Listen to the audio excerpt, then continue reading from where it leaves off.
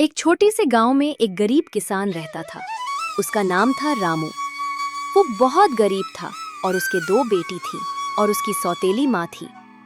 एक दिन बारिश न होने के कारण रामू की सारी फसल सूख गई। रामू बोला, ताकि हमारे परिवार के लायक तो कम से कम अनाज निकल ही आए।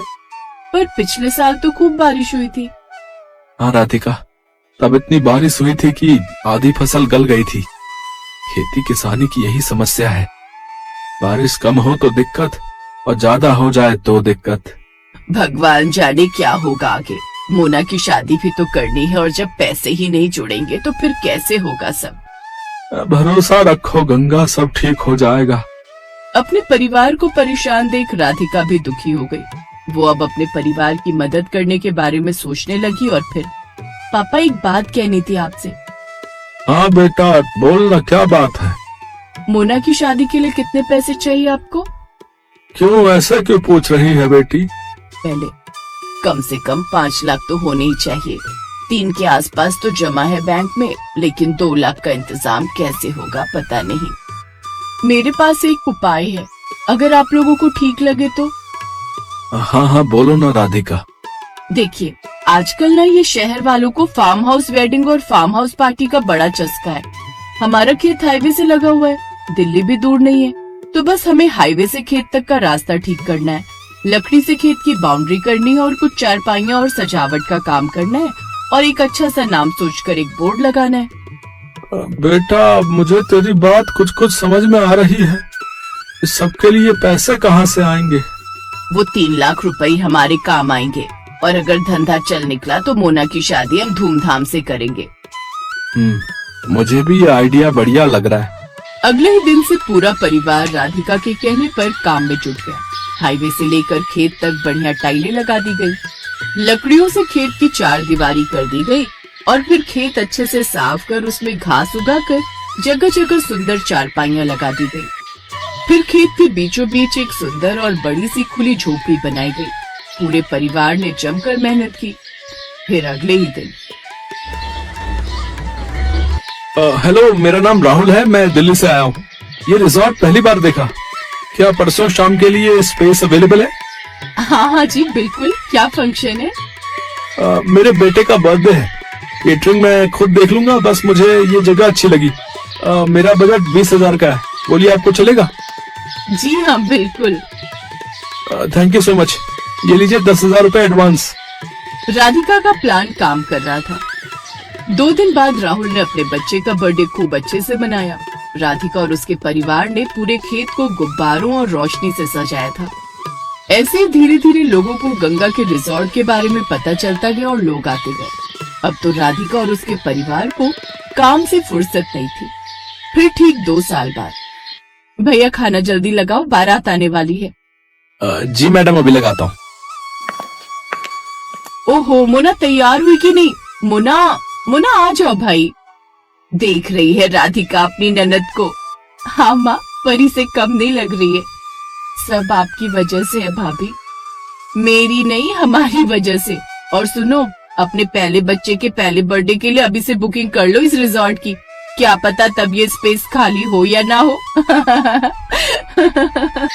विदाई के वक्त सिमरन अपने पिता से लिपट कर खूब रोती है।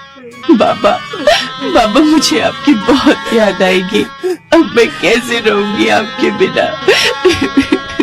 बेटी, जब भी तेरा मन करे तो आ जाना, ये घर हमेशा तेरा ही रहेगा। जा बेटी, अब अपनी माँ से भी मिल ले। माँ, मुझे आपने जो भी प्यार दिया उसके लिए शुक्रिया। अब ज्यादा ड्रामे मत दिखाओ और अब जा यहाँ से। ये कहकर रमोला उसे धक्का देते है कि तभी उसका पति नैतिक उसे संभाल लेता है। क्या हुआ, तुम गिर कैसे गई? वो लहंगा पैर में अटक गया था, बस इसी वजह से।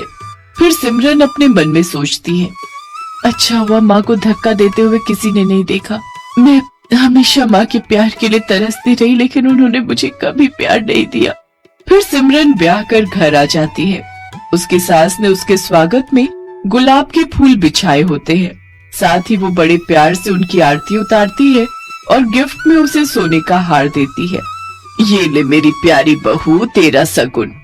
बहू, अब से ये घर तेरा है और हम सब भी। तुझे कुछ भी चाहिए होगा या किसी काम में मदद चाहिए हो तो हमें कहना।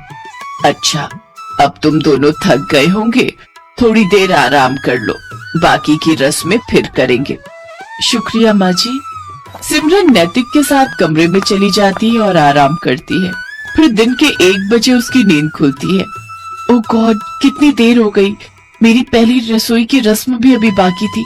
माँ जी तो बहुत गुस्सा करेंगी। सिमरन जल्दी से बाथरूम की तरफ जाती है, लेकिन बाथरूम से नहाकर निकल रहा नैतिक सिमरन से टकरा जाता है और सिमरन फिर गिरने वाली थी कि तभी वो उसे संभाल लेता है। की बात सुनकर सिमरन सोचती है, माँ जी ने तो मुझे बिल्कुल भी नहीं डांटा, लेकिन जब मैं अपने घर पर एक बार लेट उठी तो माँ ने क्या हाल कर दिया था मेरा। हे भगवान, सुबह के 9 बज गए और ये अभी तक सोई पड़ी है। इतने बजे तक सोती रहेगी। अरे घर के काम धाम नहीं करने क्या? तेरे पापा का टिफिन और घर की साफ सफाई कौन करेगा? चल अब उठ। माँ मेरी तबीयत ठीक नहीं है और बुखार सा भी लग रहा है। तू ऐसे नहीं मानेगी। रमोला बस भी करो, आखिर तुम कितना कठोर बनोगी मेरी बेटी के साथ। मैं जानता हूँ कि तुमने उसे जन्म नहीं दिया, लेकिन कभी तो उस पर झूठी ममता दिखा दिया करो। आप चुप रहिए जी। मैं जो कर रही हूँ इसकी भलाई के लिए कर रही हूँ। कल को ये ससुराल जाएगी, वहाँ बीमार होगी तो क्या वो इसका बहाना सुनेंगे? नहीं ना, अभी से इसे तैयार कर रही हूँ। ठीक है, लेकिन उस बेचारी के साथ जरा ठीक से पेश आया करो। आखिरकार वो हमारी इकलौती बेटी है। तभी नैतिक सिमरन से कहता है, सिमरन कहाँ खो गई? चलो तैयार हो जाओ। हाँ हाँ। कुछ देर बाद सिमरन तैयार होकर नीचे आ जाती है, जहाँ उसकी सास उसकी नजर उतारती है। थू थू थू थू, मेरी बहू को किसी की नजर ना लगे। मेरी प्यारी बहू, अब खाना खा ले। वो सब मिलकर खाना खाते हैं। फिर सिमरन प्लेट उठाने लगती है तो उसके हाथ से एक प्लेट नीचे गिर जाती है और टूट जाती है। अब माँ जी मुझे माफ कर दीजिए, वो मैं कोई बात नहीं बहू। अरे क्या हुआ बहू, तू इतना घबरा क्यों रही है? कुछ भी तो नहीं हुआ। बर्तन है, टूट गया तो क्या दूसरा आ जाएगा? नहीं नहीं माँ जी, वो मैं सचमुच, मुझे माफ कर दीजिए। मैं बहुत गड़बड़ करती हूँ, मुझे मत जलाइए, मत मारिए। करम जली, तूने ये नया कप तोड़ दिया, मेरा नुकसान कर दिया। अब देख मैं क्या करती हूँ। रमोला चूल्हे में से गरम लकड़ी निकालकर सिमरन के हाथ पर लगा देती है। सिमरन जोर जोर से चिल्लाती है, मत जलाइए मुझे, मत जलाइए। नैतिक जल्दी से सिमरन को गले से लगा लेता है। क्या हुआ? कौन जला रहा है तुम्हें? बहू क्या हुआ मुझे बता। माँ जी, एक बार मुझसे ऐसे किसी का कप टूट गया था तो उसने मुझे जला दिया था। लेकिन हम तुझे ऐसी कोई सजा नहीं देंगे। तू मेरे पास आ और मेरे गले लग जा। मेरी बच्ची, यूं घबराते नहीं। ऐसे ही दिन गुजरते हैं।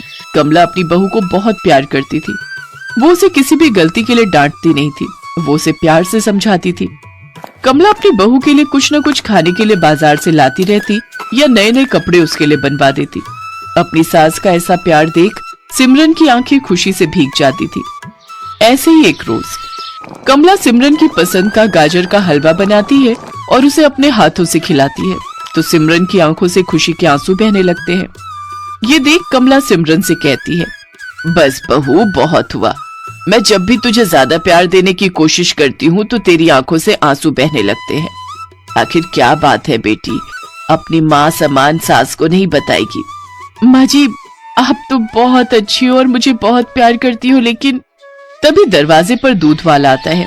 सिमरन को देखकर उसकी नजर उस पर फिसल जाती है और वो उसका हाथ पकड़ लेता है। छोड़ो छोड़ो मुझे, छोड़ो। एकदम मलाई की तरह मखमली हो तुम तो।